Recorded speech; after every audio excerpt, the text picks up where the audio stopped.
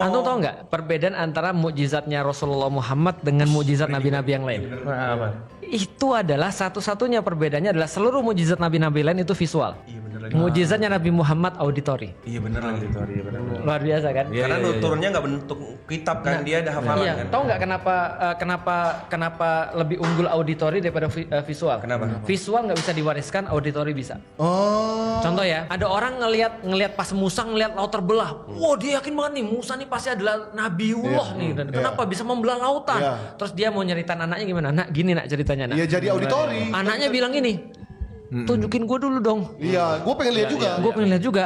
Dan nggak bisa diturunin tuh, karena turunnya jadi auditori. Dan ketika dia jadi auditori, verifikasinya hilang, legitimasinya hilang. Iya, Tapi kalau mujizat auditori dari awal sampai akhir zaman tetap mujizat. Oh iya, kayak para hafiz itu kan auditori semua. jadi Auditori. Luar biasa.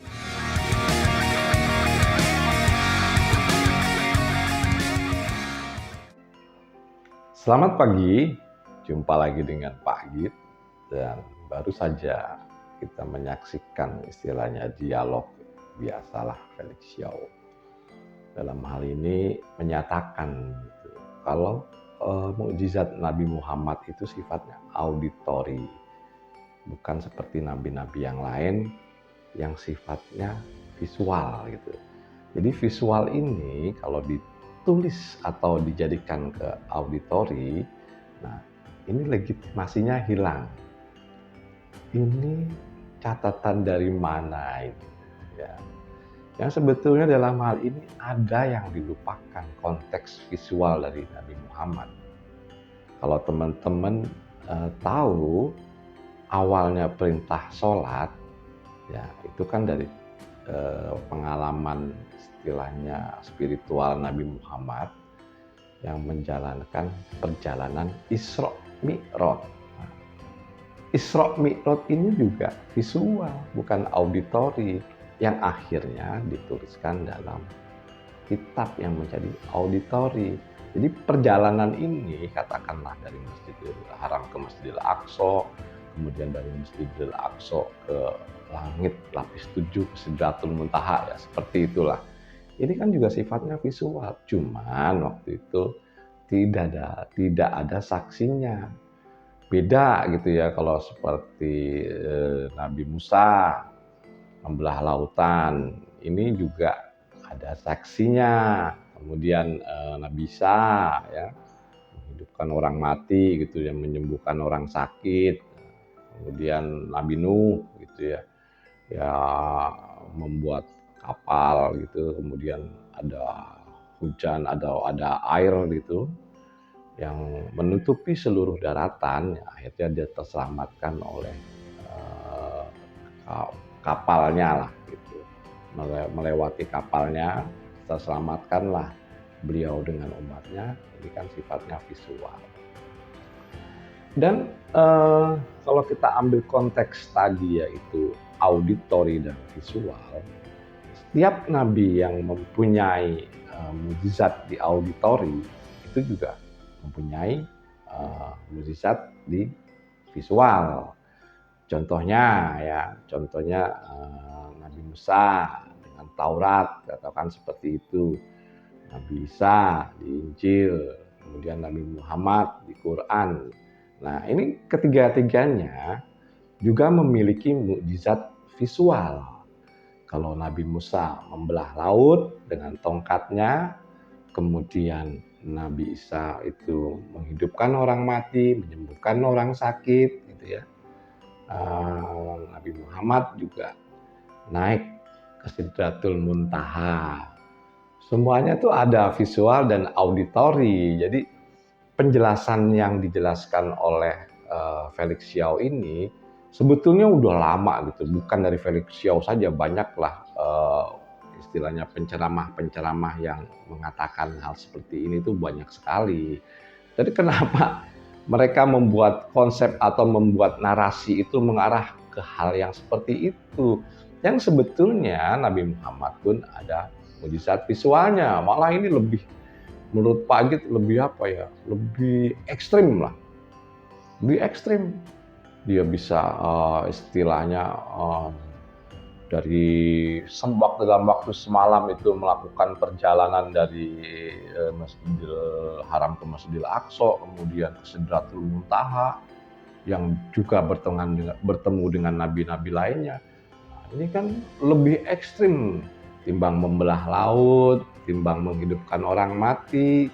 Nah, ini kan sangat-sangatlah langka ini visual yang dilakukan dalam Isra Mi'raj. Dan dalam hal ini ya masih banyak polemik tentang Isra Mi'raj itu. Ada yang mengatakan itu mimpi, ada yang mengatakan ini nyata dengan ya argumen mereka yang berbeda-beda, dan itu wajar lah argumen berbeda-beda saling mempertahankan pendapatnya masing-masing. Tapi kalau dalam hal ini Pak Agit melihatnya konsep-konsep visual itu ya anggap sajalah itu semuanya adalah spiritual gitu. Jadi kalau boleh dikatakan dalam petik itu dongeng, ya masuklah ke angka dongeng. Karena ya, seperti Nabi Musa, Nabi Nuh itu sejarah arkeologinya, data arkeologi, kemudian data antropologi itu nggak ada.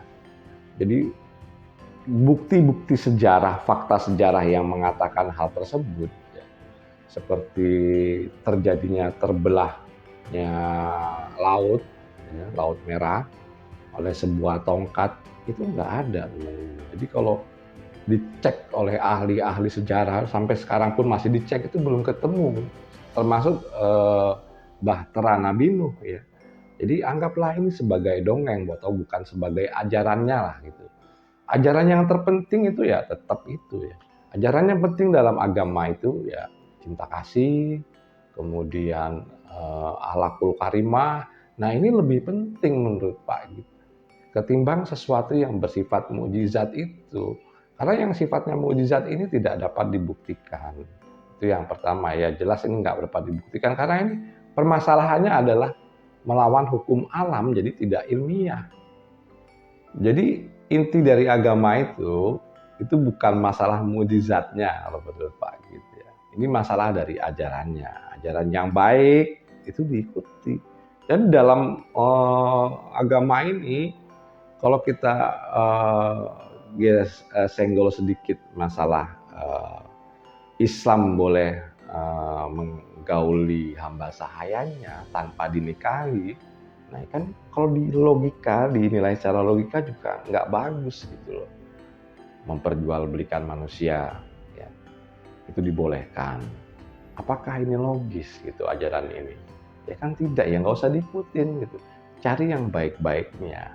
Jadi kalau Pak Agit boleh mengambil istilah dari teman kita satu yaitu Pak Harjanto Halim, agamanya gado-gado, yang artinya dia mengambil kebaikan dari kebaikan tiap agama.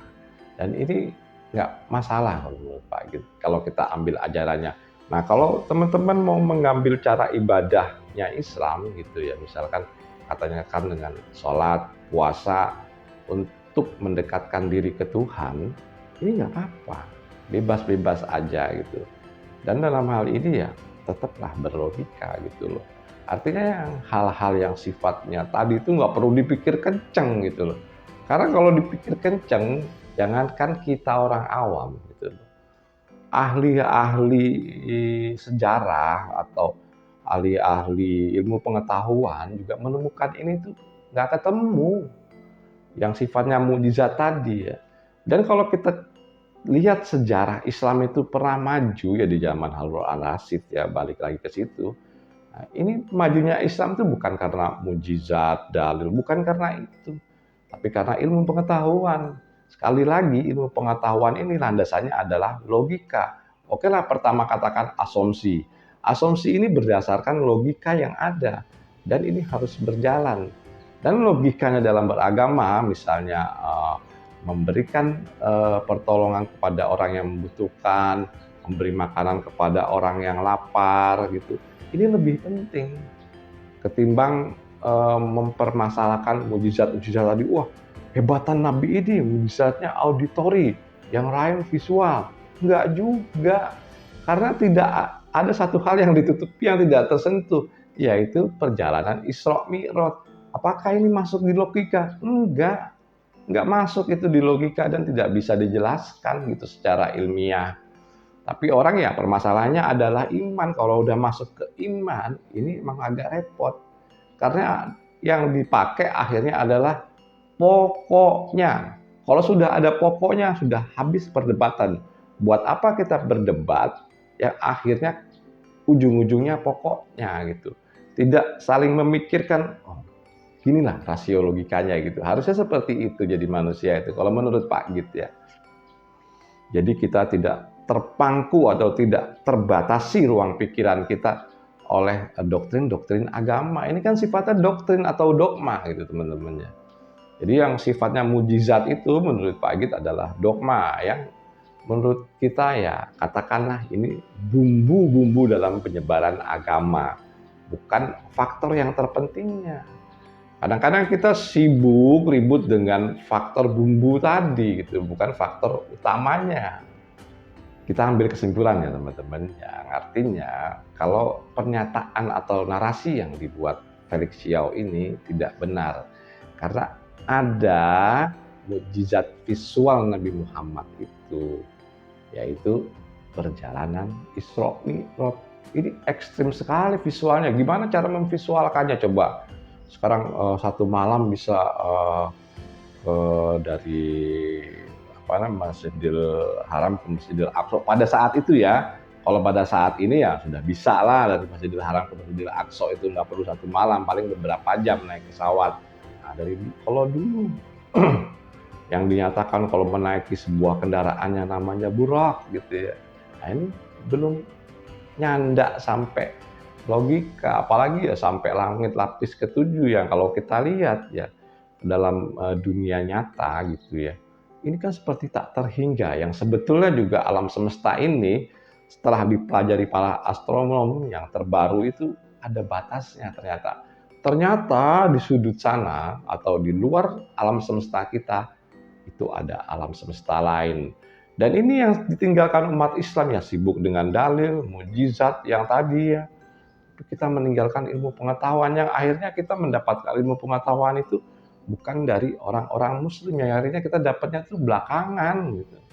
Kalau kita terus berpikir tentang dogma, ya itu kita akhirnya nggak maju-maju dan sudah terbukti umat Islam sekarang ya di dunia itu ketinggalan dibandingkan umat-umat lainnya. Ya begitulah kalau kita mau bercermin atau introspeksi kepada diri kita sendiri ya yang akhirnya kita meninggalkan ilmu pengetahuan demi dogma.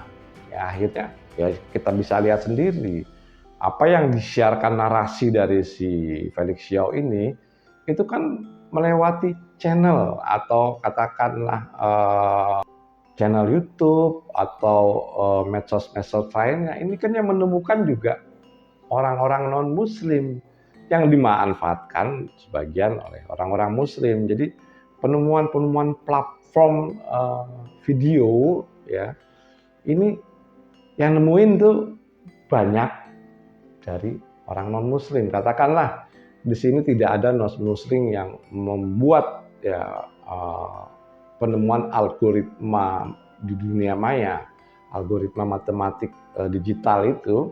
Nah, ini ditemukan sama orang-orang non-muslim yang sekarang dipakai. Ya, orang muslim ini cuma numpang doang. Cuma numpang doang membuat narasi di situ yang sudah terjadi mereka yang buat gitu loh. Karena apa? Karena kita selalu itu berpatokan pada dogma. Akhirnya kita meninggalkan yang ilmu pengetahuan. Dan sekali lagi ya, Pak Git tidak bosan-bosan mengingatkan adalah beragamalah dengan logika. Oke teman-teman, menurut Pak Git ini cukup sekian dan terima kasih.